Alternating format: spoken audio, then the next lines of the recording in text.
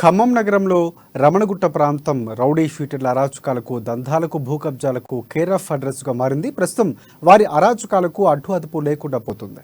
స్వంత స్థలంలో నూతనంగా నిర్మిస్తున్న ఇండ్లను అర్ధరాత్రి ఏకంగా జేసీబీలతో నిర్దాక్షిణ్యంగా కూల్చివేశారు రౌడీ షీటర్లు. ప్రస్తుతం ఈ ఘటన జిల్లా వ్యాప్తంగా సంచలనంగా మారింది.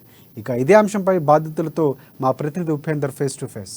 ఖమ్మం నగరంలో నిన్న మొన్నటి వరకు రమణగుట్ట అంటే భూ కబ్జాలకు, మాఫియా దందాలకు, రౌడీ షీటర్ల గొడవలకు అడ్డగా మారింది. కానీ ప్రస్తుతం ఖమ్మం నగరంలో రమణగుట్ట అంటే భూ కబ్జాలే కాదు, ఇళ్లను కూడా అర్ధరాత్రి ఎవరు లేని సమయంలో కూల్చేసేటువంటి తారస్థాయికి రౌడీయిజం కొనసాగుతుందని చెప్పుకోవచ్చు. ప్రస్తుతం మనం ఖమ్మం నగరంలో రమణగుట్టకు సంబంధించిన ప్రాంతంలో అర్ధరాత్రి ఎవరు లేని సమయంలో జేసీబీలతోటి ఒక ఇల్లు కూల్చి దౌర్జన్యంగా కూల్చేసేటువంటి ఘటన సందర్భంగా ఆ ప్రాంతానికి మనం ఇక్కడ చేరుకున్నాం. ఇక్కడ చూడండి, మనం నగరంలో ఖమ్మం నగరంలో రమణగుట్టకు సంబంధించి శివారు ప్రాంతంలో అర్ధరాత్రి జేసీబీ తోటి ఓ పాస్తర్కు చెందినటువంటి ఇల్లును కూల్చేసేటువంటి దృశ్యాన్ని మనం చూస్తా ఉన్నాం. దాదాపు ఎప్పుడు లేనిది ఖమ్మం జిల్లాలో, ఖమ్మం నగరంలో ప్రధానంగా ఏ ప్రాంతంలో జరిగినటువంటి ఒక దౌర్జన్యం, దారుణ సంఘటన ఇక్కడ చోటు చేసుకుంది.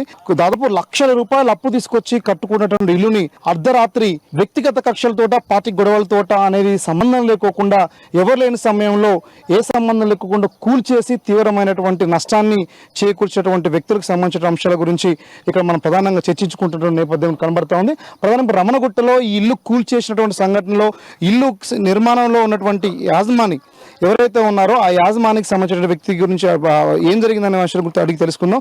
చెప్పండి అజయ్ గారు, ఈ ఇల్లుకి సంబంధించింది కన్స్ట్రక్షన్, మీరు ల్యాండ్ ఎప్పుడు కొన్నారు, ఇల్లుకి సంబంధించి కూల్ చేసిందని చెప్పేసి స్టేషన్ ఫిర్యాదు చేశారు. అసలు ఏం జరిగింది, వివరాలు చెప్పండి. అందరికీ నమస్తే అండి. నా పేరు అజయ్ బాబు, నేను చర్చ్ పాస్టర్గా పనిచేస్తున్నాను. 2 సంవత్సరాల క్రితం ఈ స్థలాన్ని నేను నూతలపాటి రవి అనే చౌదరి గారి దగ్గర కొన్నాను. ఆయన 10 సంవత్సరాలుగా దీనికి యజమానిగా ఉన్నారు. అంతకంటే ముందు వేల్పుల వెంకటేశ్వరరావు అనే వ్యక్తి దగ్గర ఆయన కొన్నారు. వేల్పుల వెంకటేశ్వరరావు అనే వ్యక్తి కొప్పెర భూలక్ష్మి అనే ఈ స్థల యజమాని దగ్గర నుంచి ఈ స్థలాన్ని కొన్నారు. 1972 నుండి కూడా రిజిస్ట్రేషన్ డాక్యుమెంట్స్ లో మేమున్నాం. అయితే ఈ స్థలానికి సంబంధించి కన్స్ట్రక్షన్ వర్క్ మేము కొనసాగిస్తున్నటువంటి సమయంలో తంగిరాల బన్ను అలియాస్ శ్రీకాంత్, అలాగే తురగంటి రాము, తురగంటి అంజియా అనే 3 వ్యక్తులు ఇక్కడికి వచ్చి మా మీద రౌడీయిజం చేశారు, జులుం ప్రదర్శించారు. ఏవో పానీ తీసుకొని, ఏదో ఒక మ్యాప్ తీసుకొని, ఒకప్పుడు మా తాత ముత్తాతల స్థలం ఇది, ఇక్కడ మీరు కన్స్ట్రక్షన్ చేయడానికి వీల్లేదు అని అన్నారు. ఆ గొడవ చేయాలని ప్రయత్నించారు. ఈ విషయం పోలీస్ స్టేషన్ దాకా వెళ్ళింది. సిఐ గారు, two town police station CI గారు ఇరు వర్గాలను కూడా పిలిచి కూర్చోబెట్టి వారికి 15 రోజులు అవకాశం ఇచ్చారు ల్యాండ్ డాక్యుమెంట్స్ తెచ్చుకోమని. 15 రోజుల్లో వాళ్ళు ఏ విధమైనటువంటి డాక్యుమెంట్లు తీసుకొని రాలేదు, ఖాళీ చేతులతో వచ్చారు. మళ్ళీ ఒక 15 రోజులు కావాలని అడిగితే ఏసీపీ గారు, గణేష్ గారు వారికి మళ్ళీ అవకాశం ఇచ్చారు. అయినా డాక్యుమెంట్స్ తీసుకొని రాలేదు. పూర్తి డాక్యుమెంట్స్ పరిశీలించిన తర్వాత లీగల్ ఒపీనియన్ తీసుకొని ఈ ల్యాండ్ పూర్తిగా అజయ్ బాబుకు సంబంధించింది అని కన్స్ట్రక్షన్ చేసుకోమని చెప్పారు పోలీసులు. చెప్పిన తర్వాత మేము ఇల్లు కట్టడం ప్రారంభించాం సార్. 20 రోజుల నుంచి ఇక్కడ కన్స్ట్రక్షన్ వర్క్ జరుగుతూ ఉంది. అయితే 2 రోజుల క్రితం నిన్నటి రాత్రి నేను ప్రకాశం జిల్లాలో పాస్టర్స్ మీటింగ్కి వెళ్ళాను. తెల్లవారుజామున 3 గంటల సమయంలో ఖానాపురం అడ్డా దగ్గర నుంచి ఒక జేసీబీని తీసుకొని వచ్చి తంగిరాల శ్రీకాంత్ అనే వ్యక్తి, రాము అనే వ్యక్తి, అంజీ అనే వ్యక్తి 3 కూడా ప్రత్యక్ష సాక్షి చూస్తూ ఉండగా ఈ ఇంటిని కూలగొట్టారు. ఎందుకంటే ఇంతకు ముందు వాళ్ళు డైరెక్ట్ గా ఈ కూల్చేసిన ఘటనకు సంబంధించింది ఈ రాజకీయ కోణాల నుంచి కూలగొట్టిందా, వ్యక్తిగత కోణాల నుంచి కూలగొట్టిందా, లేదు మత సంస్థకు సంబంధించిన అంశాల మీద కూలగొట్టిందా, ఏం భావిస్తాం? సార్, ఇది మతపరమైనటువంటి విషయం. ఎందుకంటే నేను ఒక చర్చ్ పాస్టర్ని.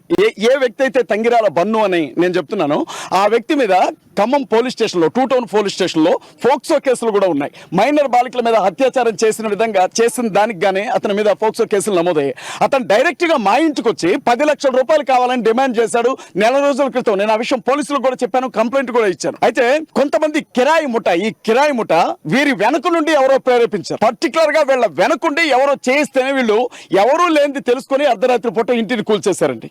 ఇప్పుడు దీనికి సంబంధించినటువంటి ఇది ప్రభుత్వానికి సంబంధించిన పోలీస్ స్టేషన్ ఫిర్యాదు చేశారు. అసలు మీరు ఏం కోరుతా ఉన్నారు? ఈ ఇల్లుకి సంబంధించిన నిర్మాణానికి సంబంధించిన అంశంలో వీళ్ళ మీద శిక్షకు సంబంధించిన పిటిషన్ ఇచ్చారు. అసలు ఏం కోరుకుంటున్నారు? ఓవరాల్ గా దీని పరిష్కారం ఏంటి?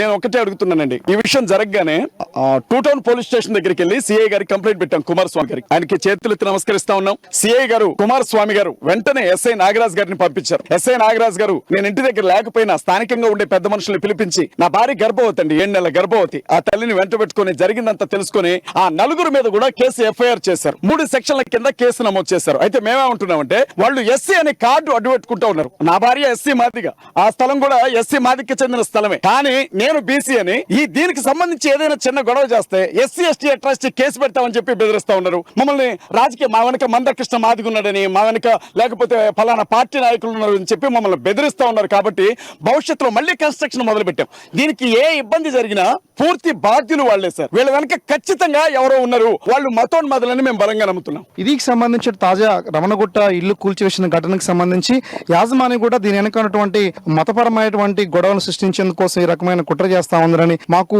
కుల కార్డు ఉపయోగించి మాకు పెద్ద నాయకత్వం ఉంది, అందుకోసమే ఏం చేసినా చెల్లుతుందని చెప్పే పద్ధతిలో ఈ రోజు అరాచకవాదులు ఆ రకంగా ప్రయత్నిస్తున్నారని చెప్పేసి ఆరోపిస్తా ఉన్నారు. ఏదేమైనా రమణగుట్టకు సంబంధించినటువంటి ప్రాంతాలలో ఇప్పుడు ఉన్నటువంటి రాజకీయ ఎలక్షన్స్ రాబోతున్న తరుణంలో ఇలాంటి గొడవలు అటు మతపరమైనటువంటి రాజకీయ పరమైనటువంటి ఘర్షణలు జరగడం అనేది ఖమ్మం నగరానికి అంత మంచిది కాదని చెప్పేసి అనేక మంది కూడా అభిప్రాయపడుతున్న నేపథ్యం కనబడతా ఉంది. ఇది ప్రస్తుతం రమణగుట్ట పరిస్థితి. కెమెరా పర్సన్ నరేష్ తో ఉపేందర్, అమ్మా న్యూస్, ఖమ్మం జిల్లా.